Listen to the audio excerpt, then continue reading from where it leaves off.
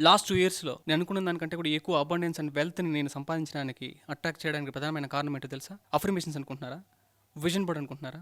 Daily rituals అనుకుంటున్నారా? కాదు. నేను ఎప్పుడైతే నా పేరెంట్స్‌ని కంప్లీట్‌గా ఫర్గివ్ చేశానో, ఆ క్షణం నుంచి ఎప్పుడైతే వాళ్ళ మీద ఉన్న ఆ కోపాన్ని, ఆ అసహ్యాన్ని, ఆ ద్వేషాన్ని ఎప్పుడైతే కంప్లీట్‌గా వదిలేసానో, ఆ క్షణం నుంచి నా జీవితంలోకి అబండెన్స్ అనేది ఎఫర్ట్‌లెస్‌గా ఫ్లో అవ్వడం స్టార్ట్ అయింది. మీరు అవునన్నా కాదన్నా you or half your mother, half your father. మీరు ఎప్పుడైతే మీ ఫాదర్ అండ్ మదర్‌ని రిజెక్ట్ చేస్తారో, ఎనర్జిటికల్‌గా మిమ్మల్ని కూడా మీరు రిజెక్ట్ చేసుకున్నట్టే. అండ్ ఆల్సో మీ ఎనర్జీని మీరే సప్రెస్ చేసుకున్నట్టు. ఐ నో, నాకు కూడా తెలుసు. మీరు ఎలాంటి ప్రాబ్లమ్స్ అంతా కూడా ఫేస్ చేసి ఉండొచ్చు. అండ్ ఆల్సో ఎలాంటి సర్కమ్స్టాన్సెస్ అంతా కూడా మీరు ఎదుర్కొని ఉండొచ్చు. నాకు కూడా తెలుసు. నేను కూడా అలాంటి ప్రాబ్లమ్స్ అంతా కూడా ఫేస్ చేశాను. నాకు అర్థమవుతుంది.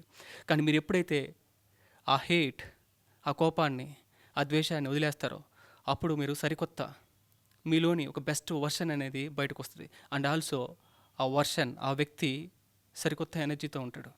ఇక్కడ ఏం జరుగుతుందంటే మీకు కావాల్సినంత కూడా మీరు ఎఫర్ట్లెస్గా అట్రాక్ట్ చేయడం మొదలు పెడతారు. అండ్ ఆల్సో వెల్త్ అండ్ అబండెన్స్ని మీరు అట్రాక్ట్ చేస్తారు. ఇక్కడ ఏం జరుగుతుందో తెలుసా? సైంటిఫికల్గా మీతో మీరు కొట్లాడడం అనేది తగ్గుతుంది. అండ్ ఆల్సో మీతో మీరు కొట్లాడడం అనేది ఉంటుంది. ఇన్ని రోజుల నుంచి పాస్ట్ గురించి ఆలోచన చేసి ఆ ఎనర్జీ అంతా కూడా లీక్ అవ్వడం అనేది ఉంటుంది. కానీ ఇంక మీదటి నుంచి మీ ఎనర్జీని అంతా కూడా కంప్లీట్‌గా మీకు ఏదైతే బిల్డ్ చేయాలనుకుంటున్నారో దాని మీద కంప్లీట్‌గా ఫోకస్ చేసి దాన్ని బిల్డ్ చేసి మీకు కావాల్సిన వెల్త్ అండ్ అబండెన్స్‌ని మీరు ఎఫర్ట్లెస్‌గా అట్రాక్ట్ చేస్తారు.